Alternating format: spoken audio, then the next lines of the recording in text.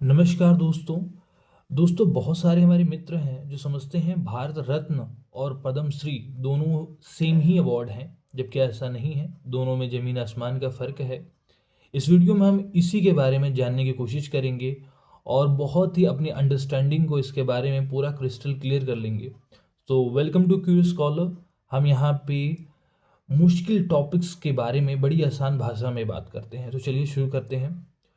तो देखिए, जो ये भारत रत्न है और ये जो पद्मश्री, पद्म भूषण, पद्म विभूषण है, ये सभी शुरू होते हैं कांग्रेस गवर्नमेंट के टाइम पे, जब कांग्रेस की सरकार थी 1954 में। देखिए, मैंने नोट्स बना दिए हैं। तो 1954 में ये शुरू हुआ।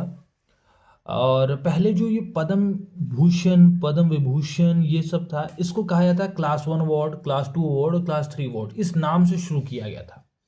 फिर उसे अगले ही साल 1955 में जो क्लास 1 अवार्ड है उसका नाम रख दिया गया पद्म विभूषण, क्लास 2 का नाम हो गया पद्म भूषण और क्लास 3 अवार्ड पद्मश्री।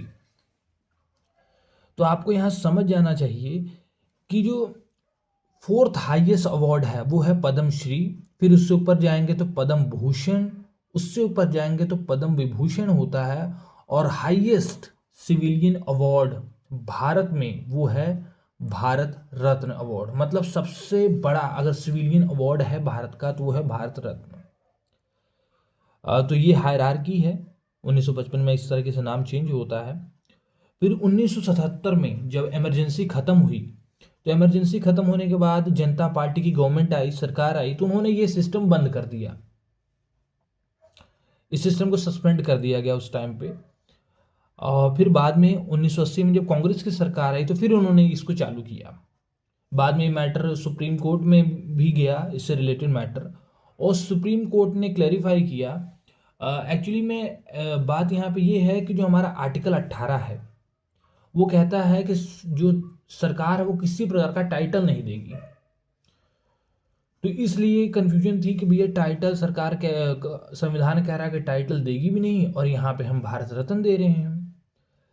तो फिर यहाँ पे सुप्रीम कोर्ट ने, माननीय सुप्रीम कोर्ट ने कहा कि टाइटल इक्वालिटी का मतलब ये नहीं है कि कोई मेरिट को हम मेरिट का हम सम्मान ही ना करें, उसको रिकॉग्नाइज ही ना करें।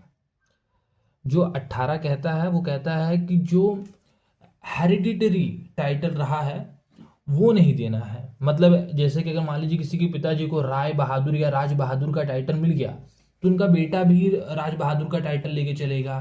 ठीक है, तो उसका भी बेटा राय, मतलब कि वंश वंश दर वंश ये टाइटल चलता था। ये सिस्टम यहाँ पे नहीं है।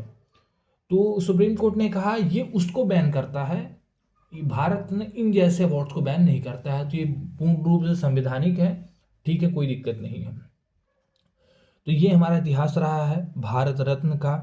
तो आपको हायरार्की समझ जानी है। सबसे ऊपर आता है भारत रत्न, उससे एक कदम नीचे दूसरा है पद्म विभूषण, पद्म भूषण, और फोर्थ हाईएस्ट अवार्ड है पद्मश्री। और यहाँ पे मैं आपसे क्वेश्चन पूछूंगा कि चौधरी चरण सिंह को किस साल भारत रत्न का अवार्ड मिला। आप जो अपने आंसर हैं कमेंट में ज़रूर लिखें। मैं जानना चाहूँगा कि कितने मेरे साथी हैं जिन्हें इसके बारे में पहले से पता था। तो धन्यवाद, थैंक यू आपको इस वीडियो में अंत तक बने रहने के लिए। और अगर आपको वीडियो समझ आ रही हैं, इंटरेस्टिंग लग रही हैं और आपको समझ आ रहा है कि जो मुश्किल टॉपिक्स हैं उनको भी हम सिंपल और आसान करके बता पा रहे हैं, तो चैनल को सब्सक्राइब जरूर करें और अपने जो सजेशंस हैं वो कमेंट में जरूर लिखें। धन्यवाद।